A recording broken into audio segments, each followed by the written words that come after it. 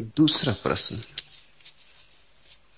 भगवान बुद्ध को उस विधवा पर भी दया नहीं आई जिसका इकलौता नन्हा मृत्यु ने छीन लिया था, और उन्होंने मृत्यु सैया पर पड़े स्वर्णकार को मृत्यु की तैयारी करने का उपदेश दिया।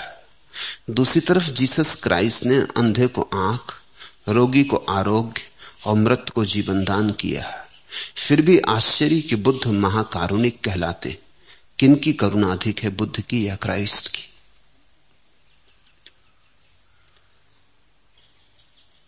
जिस छोटी सी कथा की ओर संकेत है वो तुम्हें स्मरण दिला देनी उचित है। एक स्त्री का एकलौता बेटा मर गया, वही उसका सहारा था। उस पर ही उसने सारा जीवन निछावर किया था। उसके दुख का कोई पारावार न था। वो छाती पीटती और लोटती और बाल नोचती। मोहल्ले पड़ोस के लोग समझा समझा के हार गए, लेकिन वो सुनती ही ना। वो अपने बेटे की लाश भी देने को राजी नहीं। वो उसको छाती से लगाए। उसे आशा है कि कोई चमत्कार हो जाएगा। उसे आशा है कि उसकी पीड़ा, उसका दर्द, उसके आंसू भगवान समझेगा। उसकी पुकार कहीं तो सुनाई पड़ेगी, कहीं तो न्याय होगा। उसने सुन रखा है कि उसके दरबार में देर है, अंधेर नहीं। तो वो छोड़ने को राजी नहीं है। वो उस बेटे की लाश को लेके घूमती है। वो एक क्षण को छोड़ती नहीं, रात सोती नहीं कि कोई उसकी लाश को जला ना दे। तब तो लोगों ने समझा कि वो पागल हो गई। कोई उपाय न था। गांव में बुद्ध का आगमन हुआ था तो लोगों ने कहा, ऐसा कर, अगर तू सोचती कि चमत्कार हो सकता है तो इस बेटे को लेकर बुद्ध के पास चली जा। इससे बड़ा और क्या सौभाग्य होगा। जाके बुद्ध के चरणों में इस बेटे को रख दे। अगर हो सकता है जीवन पुनः तो हो जाएगा। गांव के लोग तो जानते थे ये होगा नहीं, ये कभी हुआ नहीं, लेकिन शायद बुद्ध के पास जाने से इसे कुछ समझ आ जाए। वो गई। उसने बुद्ध के चरणों में लाश रख दी और उसने कहा, करुणा करें, आप तो महाकारुणिक हैं, मेरे बेटे को जिला दें। बुद्ध ने कहा, ठीक, तू एक काम कर, गांव में चली जा और ऐसे घर से सरसों के बीज मांग ला जिस घर में कोई कभी मरा ना हो। वैसे बीज मिल जाएं तो ये बेटा अभी जी जाएगा। उस स्त्री के तो आंसू सब तिरोहित हो गए। वो तो नाच उठी। उसने कहा, मैं अभी लाती हूं, ये कोई बड़ी बात नहीं है। सरसों की ही तो खेती होती है हमारे गांव में, घर घर सरसों है, अभी लाती हूं। उसे होश भी नहीं है कि ये बीज मिल ना सकेंगे। उसे शर्त की बात ख्याल में नहीं है कि बुद्ध ने कहा उस घर से जिसमें कोई कभी मरा ना हो। वो गई, एक घर, दो घर, तीन घर, गांव के एक एक द्वार पर उसने दस्तक दी। गरीब से गरीब और राजा तक गई, लेकिन सभी ने कहा, पागल, ऐसा घर कहां मिलेगा जहां कोई कभी ना मरा हो। ऐसा घर तो हो ही नहीं सकता। किसी का पिता मरा है, किसी की मां मरी है, किसी का बेटा मरा, किसी का भाई मरा। ऐसा घर तो हो ही नहीं सकता। जितने लोग घर में रह रहे हैं, इससे अनंत गुना लोग घर में मर चुके। बाप के बाप मरे, उनके बाप मरे, कितने लोग मर चुके। ऐसा तो कोई घर हो नहीं सकता जहां कोई मरा ना हो। सांझ होते होते उसे बोध आया कि मृत्यु अनिवार्य है। वो लौटी, नाचती गई थी खुशी में कि ले आएगी सरसों के बीज। खाली हाथ लौटी, लेकिन नाचती ही लौटी। अब बेटे के जगने की तो कोई उम्मीद न थी। अब कौन सी खुशी थी? अब वो इस खुशी में लौटी कि उसके हाथ एक सत्य लग गया कि मृत्यु अनिवार्य है, रोना व्यर्थ है, और जो थोड़े से जीवन के क्षण बचे इनका ऐसा उपयोग कर लेना जरूरी है कि आदमी अमृत को उपलब्ध हो जाए। इस देह में तो मृत्यु घटेगी, उसको खोज लेना जरूरी है जहां मृत्यु ना घटती हो। उसने बुद्ध के चरणों में आके सिर रख दिया। बुद्ध ने कहा, ले आई सरसों के बीच। वो हंसने लगी। उसने कहा, आपने भी खूब मजाक किया, लेकिन बात काम कर गई। सरसों के बीज तो नहीं मिले, और लाश को हटा दिया उसने बेटे की वहां से, और लोगों से कहा ले जाओ और दफना दो। और बुद्ध से कहा मुझे दीक्षा दे, मुझे संन्यास्त करे। आज हूं, कल का पता नहीं, कल हो सकता है मैं भी मर जाऊं। जब सभी मर जाते हैं तो मैं भी ज्यादा देर टिकने वाली नहीं हूं, इसलिए अब एक क्षण भी खोना उचित नहीं है। कौन बेटा है, कौन मां है, अब मुझे उसकी तलाश करनी है जो शाश्वत है, चिरंतन है। मुझे दीक्षा दे, देर ना करें। वो दीक्षित हुई। वो बुद्ध की बड़ी भिक्षुओं में एक भिक्षुणी सिद्ध हुई। जो स्त्रियां बुद्ध के सानिध्य में परम सत्य को उपलब्ध हुई, उनमें एक स्त्री वह भी थी।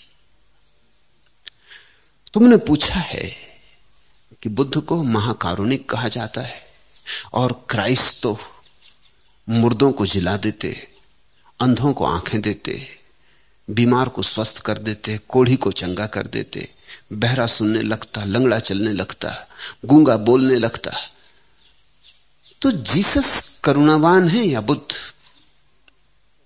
जीसस करुणावान है, बुद्ध महाकरुणावान। जीसस की करुणा बहुत दूर तक काम नहीं आएगी, इसलिए करुणावान। बुद्ध महाकरुणावान, उनकी करुणा अंत तक काम आएगी, अनंत तक काम आएगी।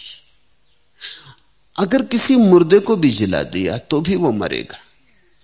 जीसस ने लजारस को जगा दिया था, मर गया था लजारस, फिर अब लजारस कहां है?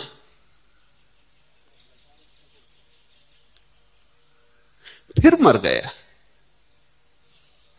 एक ही बार मरा था, अब दोबारा मरा। तो करुणा का कुल परिणाम यह हुआ कि लजारस को दोबारा मरना पड़ा। जीसस ने लोगों की आंखें ठीक कर दी थी, कहां हैं वे लोग? आंखें भी गई, वे भी गए। लंगड़ों को चला दिया था, कहां हैं वे लोग?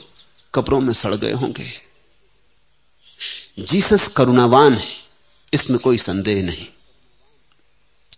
लेकिन जीसस की करुणा कितने दूर तक काम आती? जीसस ने जो किया है वो तो अब डॉक्टर करने लगा। अगर अभी मुर्दे को नहीं जिला पा रहा है तो वो भी इस सदी के पूरे होते होते जिला लेगा, वो कुछ अड़चन की बात नहीं। तो जीसस चिकित्सक हैं ज्यादा से ज्यादा, बुद्ध महाचिकित्सक, महाकरुणावान। इसलिए हमने बुद्ध को करुणावान नहीं कहा, महाकरुणावान कहा है। बुद्ध कुछ ऐसा जीवन दे देते हैं जो फिर कभी छुड़ाए ना छूटेगा।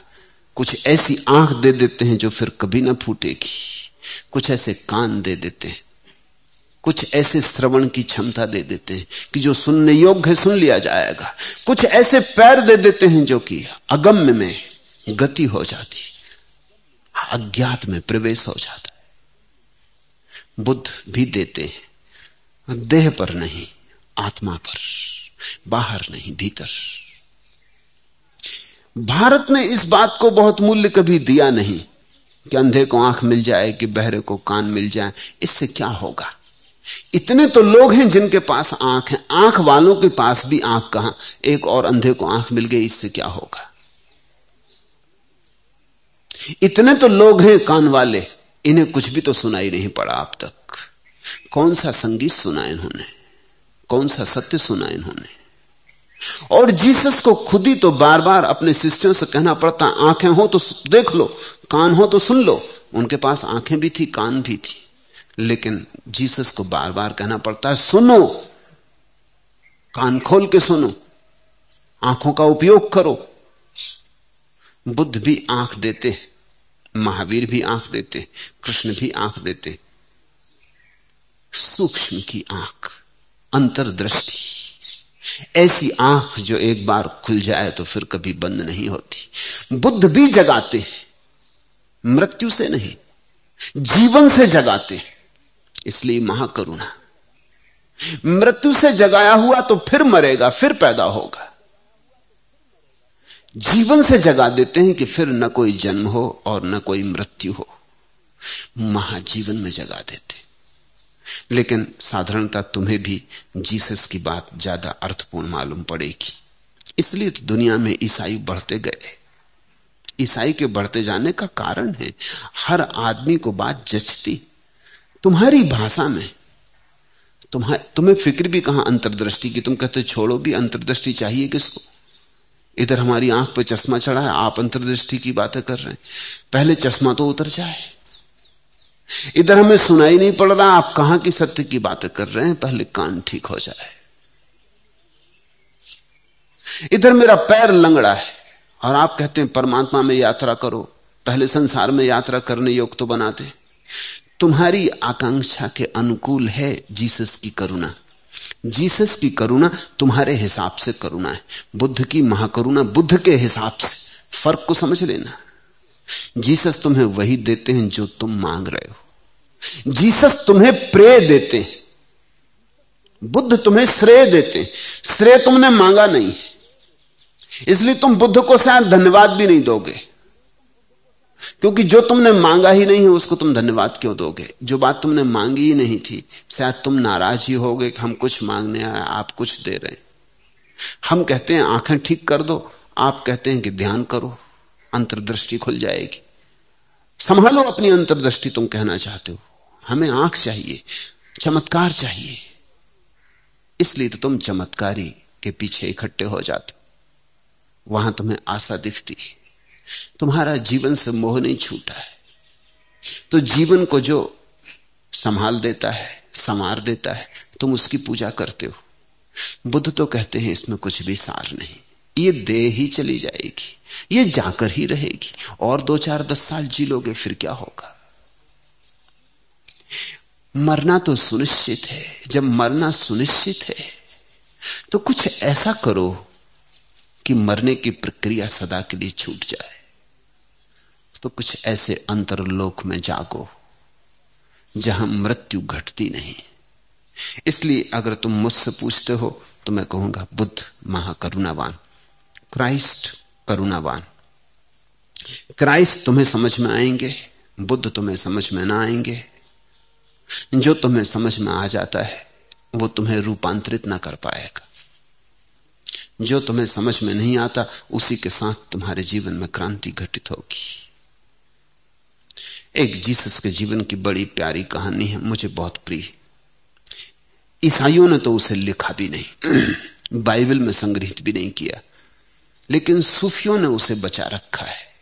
सूफियों ने जीसस की कई कहानियां बचा रखी जो ऐसी अद्भुत हैं कि उनके बिना बाइबल अधूरी है।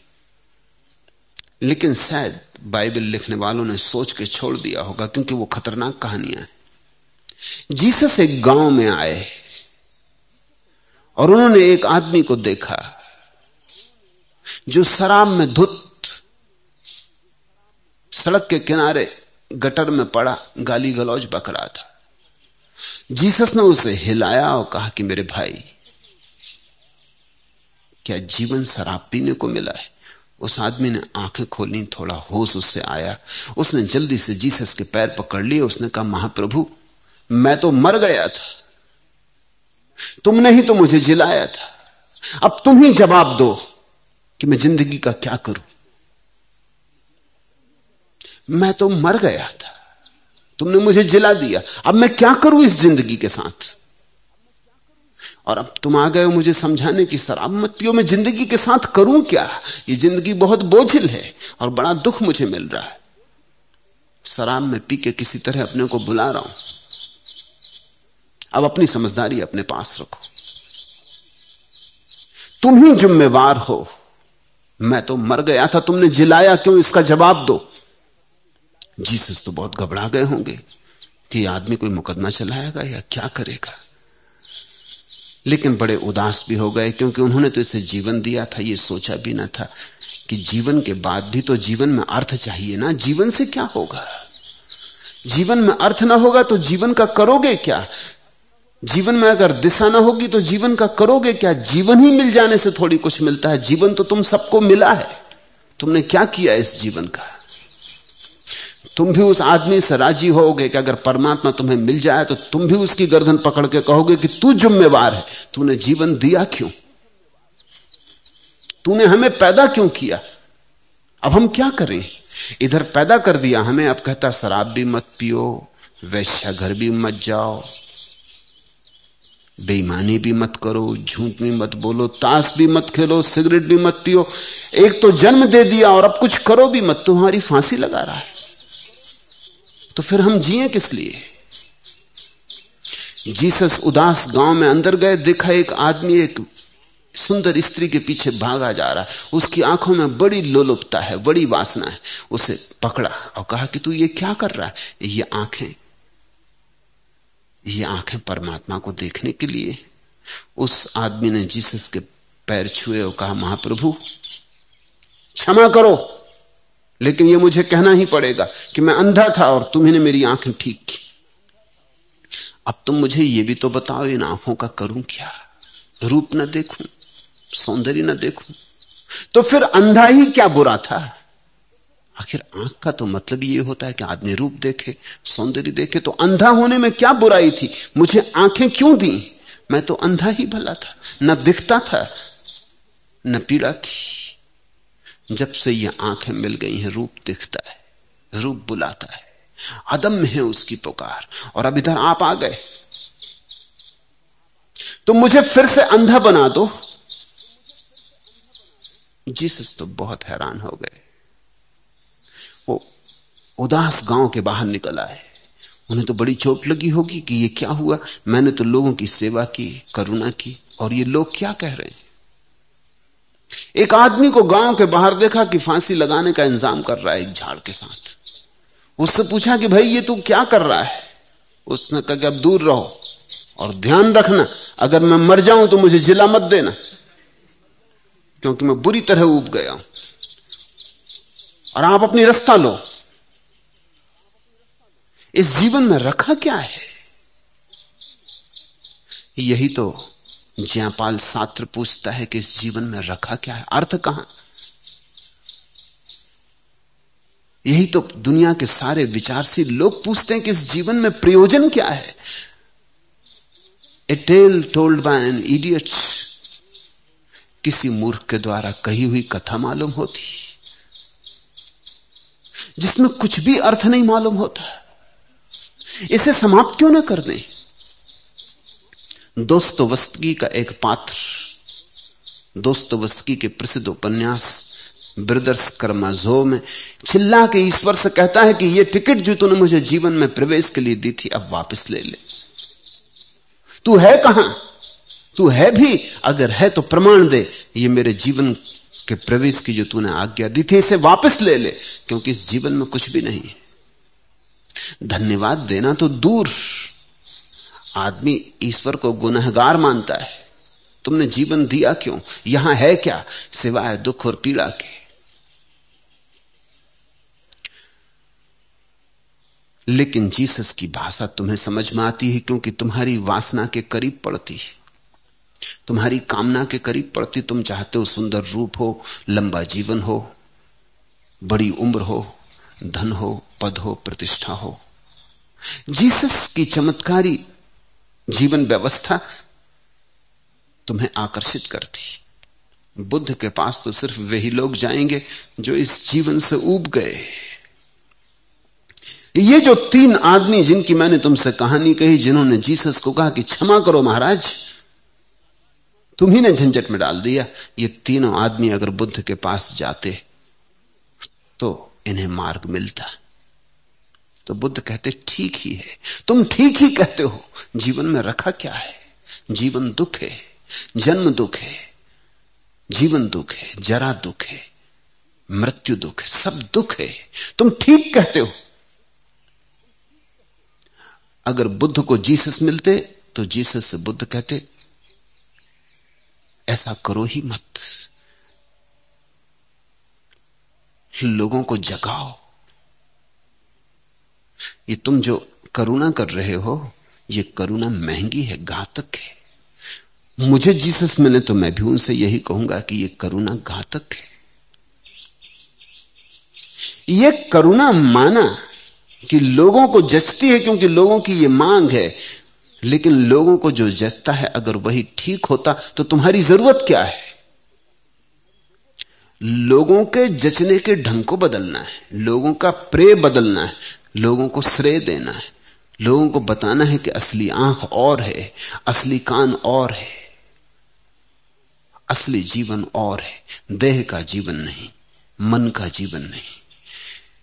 तुम्हारा प्रश्न सार्थक है। मैं तो बुद्ध के साथ राजी हूं। बुद्ध महाकरुणावान, लेकिन जीसस के साथ जाति हो जाएगी अगर मैं इतनी बात तुम्हें याद न दिला दूं कि बुद्ध जिस देश में पैदा हुए उसमें हजारों वर्ष के बुद्धत्व का इतिहास था। इसलिए इतनी ऊंची महाकरुणा की बात समझने वाले लोग भी मिल सकते थे, मिल गए थे। जीसस ने जो काम शुरू किया वो एक ऐसी जगह शुरू किया जहां कोई बुद्धत्व का इतिहास ना था। यहूदी जिनको पैगंबर कहते हैं वो भी आधे राजनीतिज्ञ। यहूदियों के पैगंबरों में एक भी आदमी बुद्ध और महावीर और कृष्ण की कोटि का नहीं। इसलिए तो जीसस को सूली लगा दी उन्होंने। हमने सूली नहीं लगाई बुद्ध को। कुछ ऐसा थोड़ी था कि बुद्ध ने कोई क्रांति की बातें नहीं कही।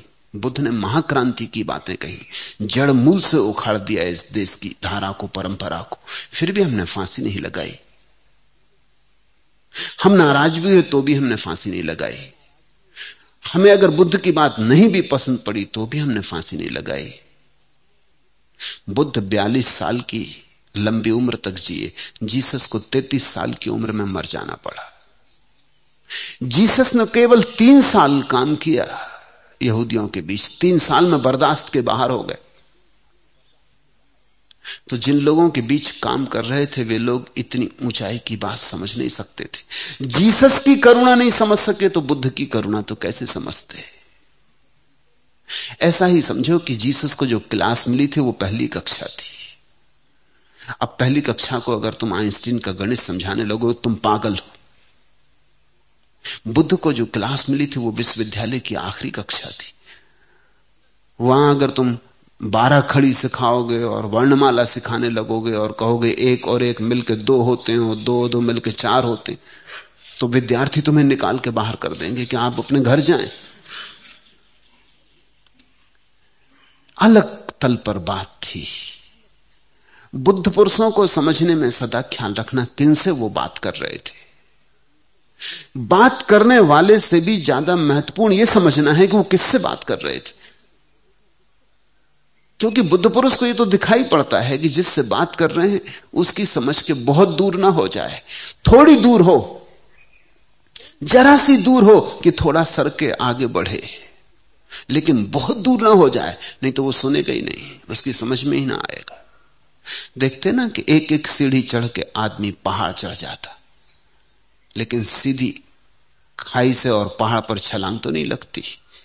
एक एक सीढ़ी करीब है, एक पैर उठाया, फिर दूसरी सीढ़ी करीब आ गई, फिर दूसरा पैर उठाया, ऐसे एक एक कदम रख के आदमी हजारों मील की यात्रा कर लेता है। बुद्ध जिनसे बात कर रहे थे वो बड़े और तरह के लोग थे। जीसस जिनसे बात कर रहे थे वो और तरह के लोग थे। मोहम्मद जिनसे बात कर रहे थे वो और तरह के लोग थे। इस अर्थों में बुद्ध सौभाग्यशाली, इस अर्थों में मोहम्मद और जीसस सौभाग्यशाली नहीं है। वो प्राइमरी स्कूल में शिक्षक थे। प्राइमरी स्कूल की भाषा बोलनी पड़ती। उपनिषदों का मजा या धम्मपद का मजा और है। कुरान पढ़ो तो ऐसा लगता है जैसे कि बहुत नासमझों के लिए लिखी गई है। ऊंचाइयां नहीं, कभी कभी ऊंचाई आती मगर आमतौर से ऊंचाइयां नहीं। क्षुद्र बातों का भी ब्यौरा है, शादी विवाह का भी ब्यौरा है, समाज व्यवस्था का भी ब्यौरा है, कैसा आदमी उठे चले व्यवहार करे इसका भी ब्यौरा है। वैसी स्थिति बाइबल की है। धम्मपद या उपनिषद या जिन सूत्र बड़ी आकाश की बातों में है, बड़ी दूर ऊंचाइयां हैं उनकी, बादलों के पार। जब पहली दफा उपनिषदों का अनुवाद हुआ पश्चिम की भाषाओं में तो उनको समझ में ही ना पड़े कि ये धर्म ग्रंथ कैसे, क्योंकि इनमें धर्म की तो कोई बात ही नहीं। जिसको ईसाई धर्म समझते उसकी बात है भी नहीं। चोरी मत करो, एक दफे नहीं कहता उपनिषद की चोरी मत करो। ये बात ही समझ में नहीं आती। ये कैसा धर्म हुआ कि चोरी मत करो, बेईमानी मत करो, लिखा ही नहीं है। झूठ मत बोलो, लिखा ही नहीं है। 10 आज्ञाएं मोजिस की, उनका तो कहीं उल्लेख नहीं। पर स्त्री गमन मत करो। जब पश्चिम में पहली दफा अनुवाद हुआ तो यह विचार उठना स्वाभाविक था कि इनको धर्म ग्रंथ कहें, क्योंकि जो उनकी धर्म ग्रंथ की धारणा थी उसमें तो नैतिक नियम होने चाहिए, क्या करो क्या ना करो। मेरे पास लोग आते हैं, वो पूछते हैं कि आप हमें ठीक ठीक बता क्यों नहीं देते कि क्या करें और क्या ना करें। उन्हें पता ही नहीं कि धर्म का जो शिखर है वहां करने और ना करने की बात नहीं, वहां होने की बात है। क्या हो जाए, करने की बात ही छोटी दुनिया की बात है, बाजार की बात है। चोरी ना करो ये तो उनसे कहना चाहिए जो चोर हों। जो लोग बुद्ध के पास आके बैठे थे वो तो धन इत्यादि की दुनिया छोड़ के आके बैठे थे। वो तो खुद ही समझ के आ गए थे कि वो सब बेकार है। चोरी की तो बात दूसरी, अपना धन छोड़ के आ गए थे, दूसरे के चुराने का तो सवाल क्या था। अब इनसे अगर बुद्ध कहें समझा समझा के कि चोरी मत करो तो ये भी सिर पीटेंगे कि आप किससे कह रहे हैं, क्या कह रहे हैं आप। हम अपना दे के आ गए, अब दूसरे का चुराएंगे। ये बात ही फिजूल है। धन की बात समाप्त हो गई, वो अध्याय पूरा हुआ। ये ध्यान की दुनिया में प्रवेश कर गए। इनसे बुद्ध कुछ और ही बात कहते। बुद्ध कहते हैं विचार से कैसे जागो, विचार के पार कैसे हो जाओ। बाइबल और कुरान कहते हैं सद्विचार कैसे करो। बुद्ध कहते हैं विचार के पार कैसे हो जाओ। सद्विचार के भी पार होना है। बाइबल और कुरान कहते हैं पुण्य कैसे करो, बुद्ध कहते हैं पुण्य भी बंधन है, इसके पार होना है। निश्चित ही बड़ी अलग तल पे बातें हो रही हैं, सीढ़ियां बड़ी भिन्न हैं। उपनिषद तो सिर्फ ब्रह्म की चर्चा करते और कोई बात ही नहीं करते। जिनसे ये बातें कही गई होंगी, बुद्ध तो फिर भी हजारों लोगों से बोल रहे थे, उसमें सब तरह के लोग रहे होंगे, समझदार ना समझ। उपनिषद तो बड़ी छोटी छोटी गोष्ठियां थी। 10, 25, 50 शिष्य थे और शिष्य भी ऐसे वैसे नहीं। कोई 10 साल से गुरु के पास था, कोई 15 साल से गुरु के पास था। उपनिषद शब्द का अर्थ होता है गुरु के पास बैठना। उपनिषद उसके पास बैठना। जो उपासना का अर्थ होता है वही उपनिषद का अर्थ होता है, उपासन। गुरु के पास बैठे थे, गुरु में रमते थे, गुरु की तरंगों में डोलते थे, गुरु की दशा का स्वाद लेते थे, रस लेते थे, गुरु का पान करते थे, गुरु को पीते थे। ऐसे वर्षों जिनके बीत गए थे गुरु के पास बैठे बैठे, जो गुरु का मौन भी समझते थे। ऐसी घड़ी में गुरु चुपचाप बैठा बैठा एक दिन कहता है तत्वमसि, तुम वही हो। अब पश्चिम में जब इसका अनुवाद हुआ तो ये बात जरा बेबूझ लगती है कि तुम वही हो। आदमी होश में है, पागल। किससे कह रहे हो, कौन की बात कर रहे हो, कौन कौन है, तुम वही हो। ये बड़े मौन के लंबे प्रयोग के बाद कही गई बात है। जब शिष्य उस जगह आ गया है जहां संसार समाप्त होता है, ब्रह्म शुरू होता है, वह शुरू होता है। इस घड़ी में गुरु उसे चेताता है तत्वमसि, तुम वही हो। उससे कहता है घबरा मत, ये जो घट रहा है ये तू ही है, ये तेरा ही विराट रूप है, तू भिन्न नहीं है, जा उतर जा। वो नदी से कह रहा है डर मत, ये सागर तेरा ही है, उतर जा, तत्वमसि। अब यहां अगर वो कहे कि चोरी मत करो, पर स्त्री गमन मत करो, तो वो शिष्य कहेगा आप किसके साथ सिर भिड़ा रहे हैं, कहां की पर स्त्री। यहां अपनी स्त्री नहीं है तो पर स्त्री कहां। पहले तो स्व स्त्री होनी चाहिए तब पर स्त्री होती। इससे कहो कि देखो झूठ मत बोलना, चोरी मत करना, ये सब बेमानी बातें, इनका कोई अर्थ नहीं। इस परम शिखर पर तो तत्वमसि का ही उद्घोष हो सकता है। कि अहम ब्रह्मास्मि, कि मैं ब्रह्म हूं। जब ऐसे वचनों का अनुवाद होने लगा तो उन्होंने कहा ये शास्त्र तो धार्मिक नहीं हो सकते, इनमें आदमी को धार्मिक बनाने के लिए कोई उपदेश ही नहीं है, इनमें तो उद्घोषणाएं हैं, और उद्घोषणाओं के लिए भी कोई प्रमाण नहीं है, तर्क नहीं है। हम ब्रह्मास्मि कह दिया, बात खत्म हो गई। गुरु ने कह दिया कि मैं ब्रह्म हूं, फिर न तो कोई शिष्य ये पूछता है कि आप ऐसा क्यों कहते, इसका प्रमाण क्या है। मैं कल एक घटना पढ़ रहा था,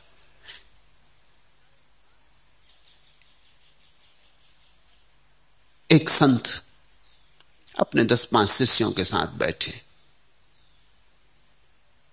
मौन का आनंद चल रहा है, संत भी चुप हैं, शिष्य भी चुप हैं।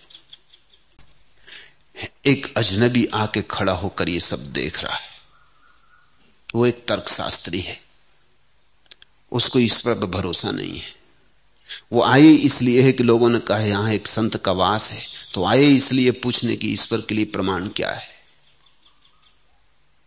भगवान के लिए प्रमाण क्या है। यहां चुप्पी चल रही है, मगर उससे न रहा गया। थोड़ी देर तो उसने देखा, उसने कहा कि भाई ये मेरे बर्दाश्त के बाहर है, कुछ बातचीत हो, कुछ मतलब की बात हो, ये क्या गैर मतलब चुप बैठे। तो संत ने उसकी तरफ देखा और पूछा कि तुम अपनी कहो। तो उसने कहा कहना कुछ नहीं, मैं ये पूछने आया हूं कि भगवान का प्रमाण क्या है। संत ने जो उत्तर दिया वो अद्भुत था। संत ने कहा भक्तों की आंख में भगवान का प्रमाण है, और तो कहीं नहीं। भक्तों की आंख में, इनकी आंखें देख, गौर से जा, एक एक के पास इनकी आंख में झांक। उसने कहा आंखों आंखों की बात छोड़ो, मैं तर्कयुक्त प्रमाण चाहता हूं। उस संत ने कहा फिर तू कहीं और जा, क्योंकि तर्कयुक्त तो कोई प्रमाण नहीं। न प्रेम के लिए कोई तर्कयुक्त प्रमाण है, न प्रार्थना के लिए कोई तर्कयुक्त प्रमाण है, न परमात्मा के लिए कोई तर्कयुक्त प्रमाण। प्रमाण जरूर है, लेकिन प्रमाण भगवान का भक्त की आंख में। भगवान को खोजना हो तो भक्त की आंख में। उपनिषदों के ऋषि बैठे हैं छोटे से समूह के पास, बड़ा आत्मीय नाता है। उस आत्मीय नाते में कुछ कुछ लेन देन हो जाता है, कभी कभी बोल जाते, इसलिए उपनिषदों के सूत्र एक दूसरे से जुड़े भी मालूम नहीं होते, क्योंकि बीच बीच में जो सेतु है वो मौन का है।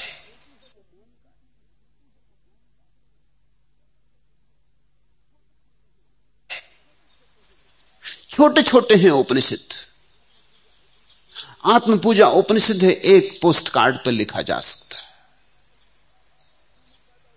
वर्षों में पैदा हुआ होगा। और कभी कभी तो ऐसा हुआ है कि एक उपनिषद एक आदमी से पैदा नहीं हुआ, अनेक ऋषियों से पैदा हुआ।